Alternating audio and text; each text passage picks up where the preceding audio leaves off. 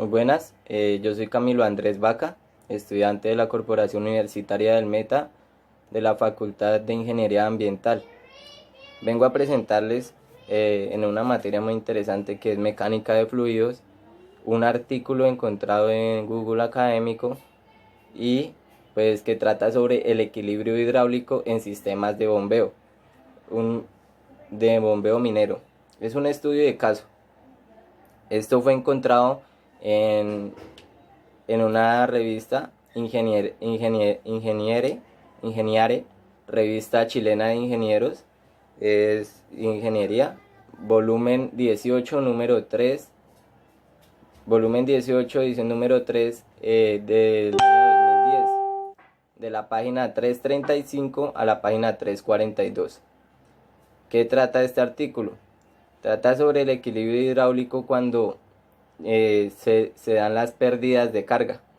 ¿Cómo se dan estas pérdidas de carga o qué pasa al haber estas pérdidas de carga? Hay unos errores de equilibrio hidráulico que ocasionan graves consecuencias a una estación de bombeo que ya está seleccionada a tal presión y a tal cantidad para sacar el agua de manera eficiente y correspondida, sin haber pérdidas de energía o afectaciones a nuestra bomba por si necesita de más.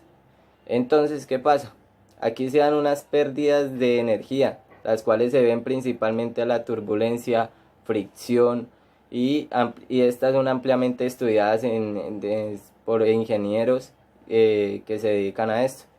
Entonces, la pérdida de energía, el principio de fricción y el principio de pérdida total de descarga del sistema es estudiada por Darcy Weisbach y Hensel Williams. Son los más aplicados para el cálculo, pues la pérdida de carga en tuberías, eh, la primera que es Darcy Weisbach, es como más efectiva. ¿Por qué? Porque me di cuenta en este artículo. Porque dice que en cambio el método de Hansel Williams es para calcular pérdidas de carga total y ofrece una ventaja de cálculo, la cual no tiene en cuenta el proceso de fricción ni turbulencia, pero es lo que la hace más sencilla pero menos compleja.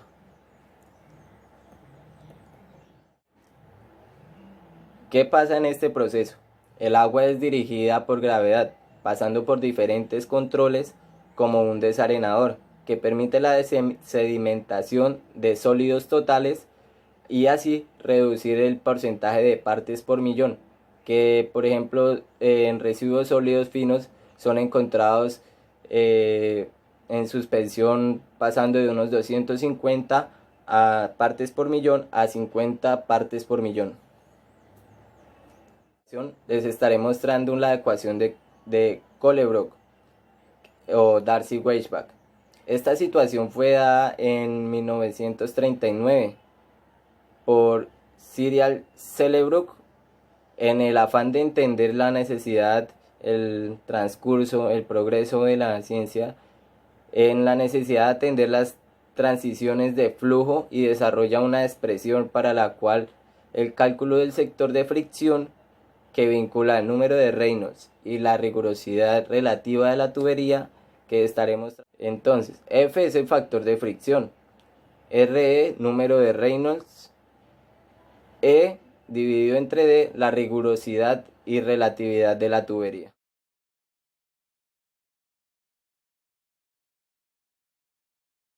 A continuación les estaré mostrando la ecuación de conservación de la masa de volúmenes de control, donde la primera ecuación P es la densidad del fluido, B es la velocidad del fluido, Y, B por C es la volumen de superficie y S por C el control de superficie. Entonces, ¿qué encontramos en esta fórmula? Encontramos que hay una integral y que esto se deriva SC, que es la superficie de control, del volumen de control pasa a una superficie de control. Entonces, la ecuación de la energía para volúmenes de control que se da se las voy a mostrar a continuación. Q es el flujo de calor, W la suma de estos trabajos, E la energía específica, H la entalpía, G la aceleración de la gravedad, Z la diferencia de cotas, B por C que es el volumen de superficie y S por C que es el control de superficie. En una ecuación más reducida que encuentro yo adelante está la ecuación que iguala estas unidades. Entonces es la ecuación reducida y acoplada. Les estaré diciendo de qué se trata.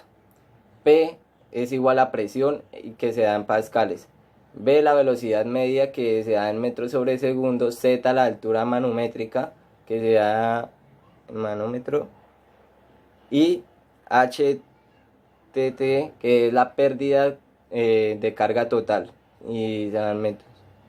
Y E y S que son la entrada y la salida de este fluido. ¿Cuáles son las pérdidas de carga primaria? Lo podemos definir con una ecuación. H LP es igual a la integral de L dividido entre D por el volumen al cuadrado sobre 2.